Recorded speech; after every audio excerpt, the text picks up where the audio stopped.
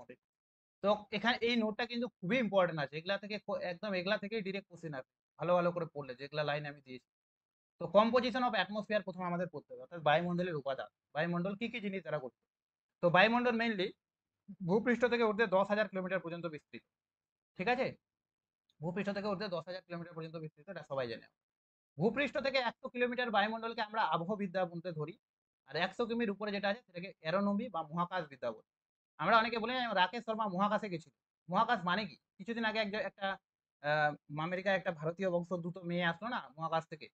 তো মহাকাশ কথার অর্থ হচ্ছে তারা 100 কিলোমিটার একটা লাইন আছে যেটার নাম হচ্ছে কারমান লাইন, একটু পরে পড়বো আমরা।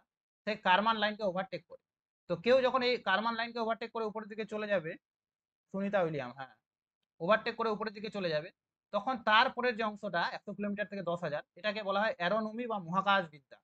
অর্থাৎ আমাদের এগুলো ব্যাপারে জানতে গেলে ভালো জিনিস হচ্ছে মহাকাশ বিদ্যা সম্পর্কে পড়া। কিন্তু তার নিচের যে অংশটা, অর্থাৎ 100 কিমি থেকে নিচে, এটাকে বলা হয় আবহবিদ্যা। এই লাইনটাকে কারমান লাইন বলা হয়, হ্যাঁ, এটা আছে নিচের দিকে। তো বায়ুমণ্ডল মেনলি তিনটা উপাদান দ্বারা গঠিত, একটা হচ্ছে গ্যাসীয়, জলীয় বাষ্প, আর ধূলিকণা বা অ্যারোসল। ঠিক আছে, তো একে আবার দুটা ভাগে এরকম দেখানো হয় অনেক সময়, যে গঠন অনুসারে আর স্থায়িত্ব অনুসারে। গঠন অনুসারে মানে গ্যাসীয়, জলীয় বাষ্প, ধূলিকণা। আর গ্যাস আবার দুই প্রকারের হয়, সক্রিয় গ্যাস, নিষ্ক্রিয় গ্যাস। সক্রিয় গ্যাস মানে যারা অ্যাক্টিভ রোল প্লে করে, আর নিষ্ক্রিয় মানে যাদের অতটা, যারা হচ্ছে কারোর সাথে বিক্রিয়া টিক্রিয়া করতে পারে না, বা যাদের ভূমিকা অতটা নেই বায়ুমণ্ডলে, সেরকম। আর স্থায়িত্ব অনুসারে স্থায়ী উপাদান আর পরিবর্তনশীল উপাদান। স্থায়ী উপাদান মানে যে উপাদানগুলো একই রকম থেকে গেছে সারা জীবন, যেমন অক্সিজেন, নাইট্রোজেন, এগুলো কিন্তু প্রায় একই রকম আছে। কিন্তু আমি যদি কার্বন ডাইঅক্সাইড বলি, কার্বন ডাইঅক্সাইড কিন্তু দিন দিন চেঞ্জ হয়ে যাচ্ছে, তাই না? তো কার্বন ডাইঅক্সাইড হচ্ছে সবচেয়ে পরিবর্তনশীল উপাদান বায়ুমণ্ডলে।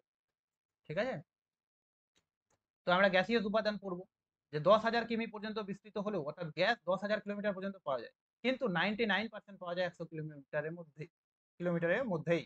এই লাইনটা খুব ইম্পর্টেন্ট, যে বায়ুমণ্ডলের 99% গ্যাস কত কিমি উচ্চতার মধ্যে পাওয়া যায়? তো 100 কিলোমিটার মধ্যে পাওয়া যায়। বায়ুমণ্ডলে নাইট্রোজেন গ্যাসের প্রাধান্য থাকে সর্বাধিক। আমরা জানি যে বায়ুমণ্ডলে নাইট্রোজেন গ্যাস সব থেকে বেশি, 78.08%। দ্বিতীয় সর্বাধিক ও গুরুত্বপূর্ণ গ্যাস হলো ও। এই বায়ুমণ্ডলে নাইট্রোজেনের পর যদি কোনো গ্যাস সব থেকে বেশি পাওয়া যায়, সেটা হচ্ছে অক্সিজেন গ্যাস। ঠিক আছে, তারপরে হচ্ছে এবং যদি জিজ্ঞেস করে পরীক্ষা যে সর্বাধিক গুরুত্বপূর্ণ গ্যাস কোনটা, তাহলে অক্সিজেনই হবে অবশ্যই, কারণ অক্সিজেন না থাকলে কোনো জীবই থাকবে না পৃথিবীতে। তো সর্বাধিক পরিবর্তনশীল উপাদান আমি বললাম যেটা, কার্বন ডাইঅক্সাইড। যত গ্যাস আছে সব থেকে বেশি পরিবর্তন হয় কার্বন ডাইঅক্সাইড, দিনের পর দিন চেঞ্জ হতেই আছে।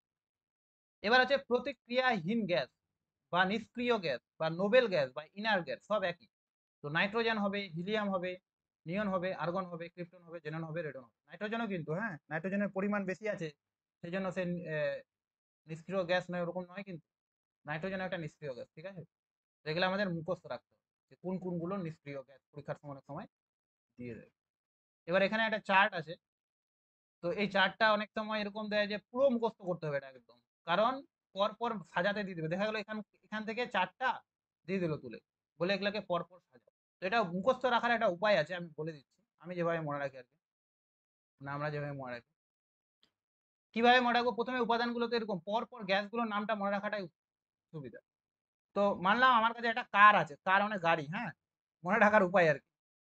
তো কেউ আমাকে বলছে যে তুই আর একটা কার নিয়ে নে, তখন আমি বলবো কি, নো। ঠিক আছে, আর কার নেই, মানে আর কার নেবো না এরকম। তো নো থেকে এন থেকে নাইট্রোজেন, ও থেকে অক্সিজেন, অর থেকে আর্গন, কার থেকে কার্বন ডাইঅক্সাইড। ঠিক আছে, নেহি থেকে, নেহির ন থেকে হচ্ছে নিয়ন, আর হে থেকে হচ্ছে হিলিয়াম।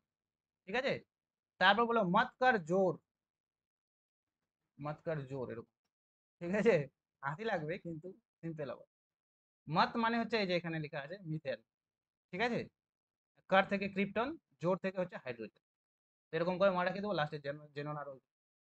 তো এভাবে যেভাবে বললাম নো ওয়ার কার নেই মত কর জোর, এভাবে আমি মনে রাখি। আর এভাবে আমি অনেক পরীক্ষায় এগুলা সঠিক অ্যান্সার করে দিয়েও আসছি। ঠিক আছে, তাছাড়া আমাদের তো মেইন মেইন কয়েকটা গ্যাসের পরিমাণ মুখস্থ করতে হবে। 78.08 মুখস্থ করলে কি হয়, অনেক সময় পরীক্ষার সময় মাথাটা কাজ করে না, এলোমেলো হয়ে যায়। কিন্তু আমরা যদি কোনো এরকম লজিক দিয়ে মাথায় রাখি, তাহলে কিন্তু লজিকটা বেশি মনে থাকে।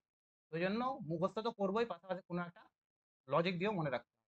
ঠিক আছে, তারপর চলে আসবো আমরা ওয়াটার ভেপার বা জলীয় বাষ্প। তো ভূপৃষ্ঠ থেকে ঊর্ধ্বে 16 কিমি পর্যন্ত এই গ্যাস পাওয়া যায়। তো জলীয় বাষ্প কত দূর পর্যন্ত পাওয়া যায়? 16 কিলোমিটারের মধ্যে। কিন্তু 90% পাওয়া যায় 6 কিলোমিটারের মধ্যেই। অর্থাৎ যেমন 99% গ্যাস পাওয়া গেল 100 কিলোমিটারের মধ্যে, ঠিক এখানে 90% জলীয় বাষ্প পাওয়া যায় 6 কিলোমিটারের মধ্যে। এটা কিন্তু আমাদের মনে রাখতে হবে। তাপমাত্রার বাড়ার সাথে সাথে জলীয় বাষ্পের ধারণ ক্ষমতা বৃদ্ধি পায়, অর্থাৎ যত তাপ বাড়ে তত জলীয় বাষ্পের পরিমাণও কিন্তু বাড়তে থাকে, কারণ জল থেকে আরো বেশি বাষ্প উপরের দিকে যায়। তো ঘনীভবন ও অধঃক্ষেপণ এর উৎস হলো জলীয় বাষ্প। প্রত্যেকে জানি যে যদি জলীয় বাষ্প না থাকে তাহলে মেঘ মেঘ তৈরি হবে না, বৃষ্টিপাত হবে না।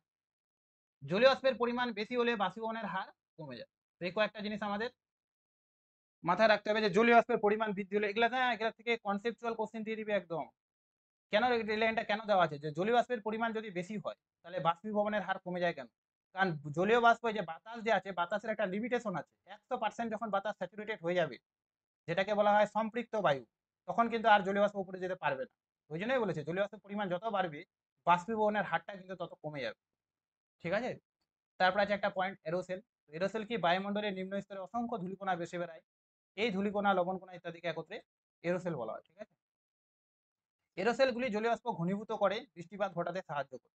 তো অনেক সময় কি হয়, এই মানে জলীয় বাষ্প উপরের দিকে যে যায়, তো এই এরোসেল বা ধূলিকণাকে কেন্দ্র করেই তারা ঘনীভূত হয়। ধূলিকণা না থাকলে কিন্তু সহজে ঘনীভূত হবে না, আরো টাইম লাগবে।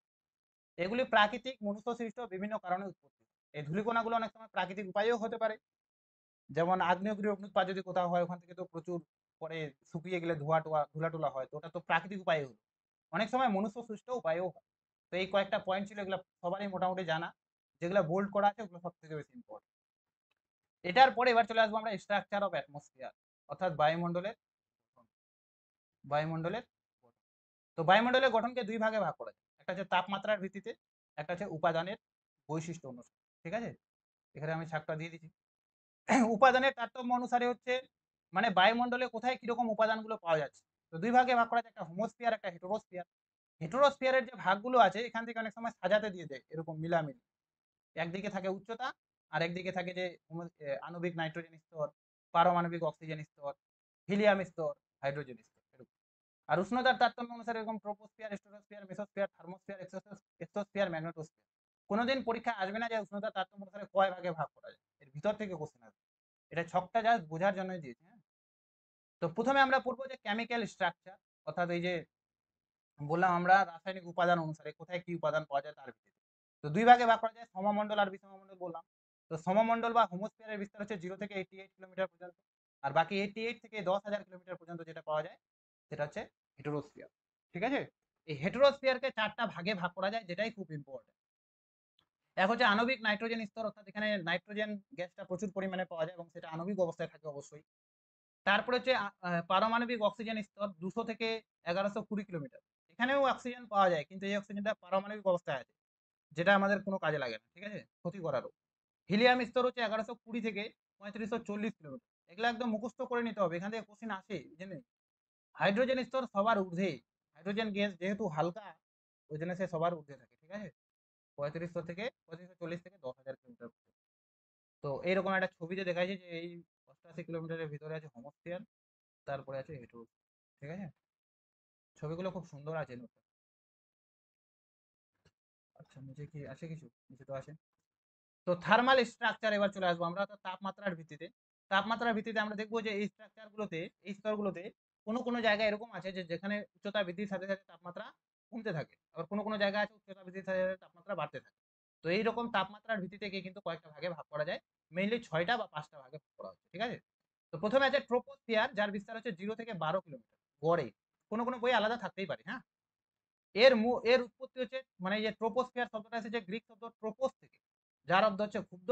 আর স্ফিয়ার শব্দের অর্থ হচ্ছে মন্ডল, অর্থাৎ একে বলা হয় ক্ষুব্ধ মন্ডল। কেন ক্ষুব্ধ মন্ডল বলে? কারণ এই যে এই জায়গায় ঝড় ঝঞ্ঝা সবকিছু ঘটে থাকে, এই জন্য এটা ক্ষুব্ধ মন্ডল বা অশান্ত মন্ডল। এটি সর্বনিম্ন স্তর, জানি আমরা।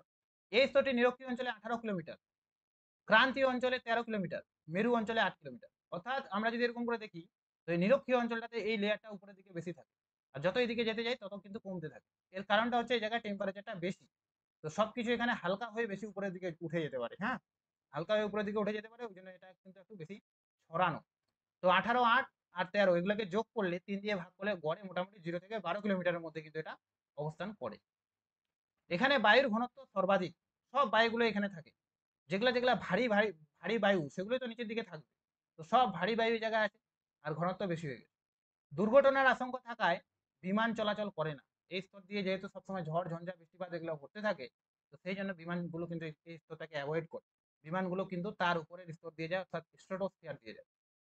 সর্বোচ্চ সীমায় উষ্ণতা হ্রাস হার থেমে যায়, অর্থাৎ এরকম একটা সময় উষ্ণতা কমতে থাকে কমতে থাকে কমতে থাকে, যেটা 6.5, কোনো কোনো বইয়ে 6.4ও থাকতে পারে, দুটাই মনে রাখতে হবে। তো এটাকে তাপমাত্রার স্বাভাবিক হ্রাস বলা হয়, নিচের দিকে লেখা আছে। তো এরকম কমতে কমতে একটা লেয়ার আছে যেখানে টেম্পারেচার একবারে -80 ডিগ্রিতে চলে আসে, মাইনাসের দিকে আছে। স্যার নেপিয়ার শ প্রথম এই শব্দটি ব্যবহার করেন। কোন শব্দটা? এই যে ট্রোপোপজ শব্দ। তো ট্রোপোপজ শব্দটা প্রথম ব্যবহার করে স্যার নেপিয়ার শ। ঠিক আছে। এবার হচ্ছে এই স্তরে 1000 মিটার বা 1 কিলোমিটার উচ্চতা বৃদ্ধিতে 6.4 ডিগ্রি সেলসিয়াস হারে উষ্ণতা হ্রাস পায়। একে তাপমাত্রার স্বাভাবিক হার বা normal lapse rate of temperature বলে। এখানে কয়েকটা রেট আছে, নর্মাল ল্যাপস রেট আছে, আরো কয়েকটা যেন আছে, কি কি যেন মনে পড়ছে না, নিচের দিকে আছে। তো কোনোটা 6.4 ডিগ্রি, যেমন এটা, কোনোটা আবার 10 ডিগ্রি হারে হয়। 10 ডিগ্রি হারে হয়, ওটার আলাদা একটা নাম আছে, নিচের দিকে পড়বো তখন ওই নামগুলো চলে আসবে। জলীয় বাষ্প, ধূলিকণা, মেঘ, ঝড় ঝঞ্ঝা ইত্যাদি ঘটনাগুলো এখানে ঘটে, এই জন্য একে ক্ষুদ্রমণ্ডল। সবার জানা আছে, কি বলবো। তারপর চলে আসবো স্ট্রাটোস্ফিয়ার। এর অর্থ কি? স্ট্রাটাম আর স্ফিয়ার, দুটা শব্দ থেকে, দুটাই কিন্তু ল্যাটিন শব্দ। স্ট্রাটাম শব্দের অর্থ হচ্ছে শান্ত, আর স্ফিয়ার শব্দের অর্থ হচ্ছে মন্ডল, অর্থাৎ এটা হচ্ছে শান্ত মন্ডল। এখানে কিন্তু ঝড় ঝঞ্ঝা এগুলো হয় না। 12 থেকে 50 কিমির মধ্যে এই স্তরটা কিন্তু বিস্তার করে পৃষ্ঠ থেকে, অর্থাৎ ট্রোপোস্ফিয়ারের ঊর্ধ্বে এটাই আছে। সর্বোচ্চ সীমায় উষ্ণতা অপরিবর্তিত থাকে, অর্থাৎ এই যেমন আগে ট্রোপোপজ ছিল, সেম এখানেও একটা স্ট্রেটোপোজ আছে। এটি 5 কিমি বিস্তৃত এবং এর উষ্ণতা 4 ডিগ্রি। ঠিক আছে, মানে এই যে উষ্ণতা কমতে কমতে কমতে কমতে 4 ডিগ্রিতে পৌঁছে যায়। কোনো কোনো বইয়ে না 0 ডিগ্রিও থাকতে পারে।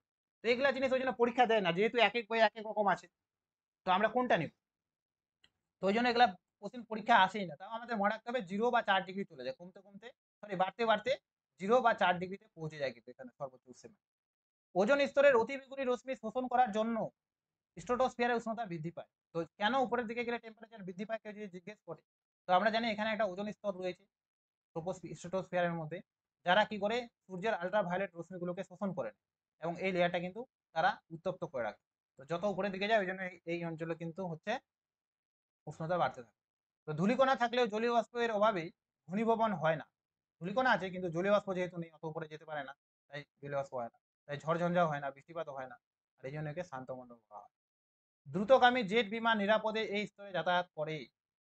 বায়ু প্রবাহের অভাবে জেট বিমান থেকে নির্গত ধোঁয়া বহুক্ষণ আকাশে দেখা যায়। এই যে জেট বিমানগুলো যখন যায়, এর অনেকক্ষণ ধরে কিন্তু ইয়ে দেখা যায়, ধুলা, মানে ধোঁয়াটা কিন্তু দেখা যায়, অনেকক্ষণ ধরে থাকে। তো কেন থাকে ওই যে অনেকক্ষণ ধরে? কারণটা হচ্ছে ওখানে ওখানে ওখানে বাতাস নেই, হাওয়া নেই।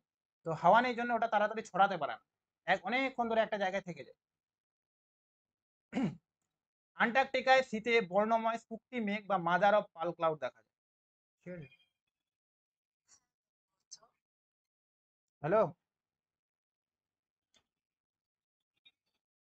আচ্ছা, কত টাকা হয়েছে কাকু?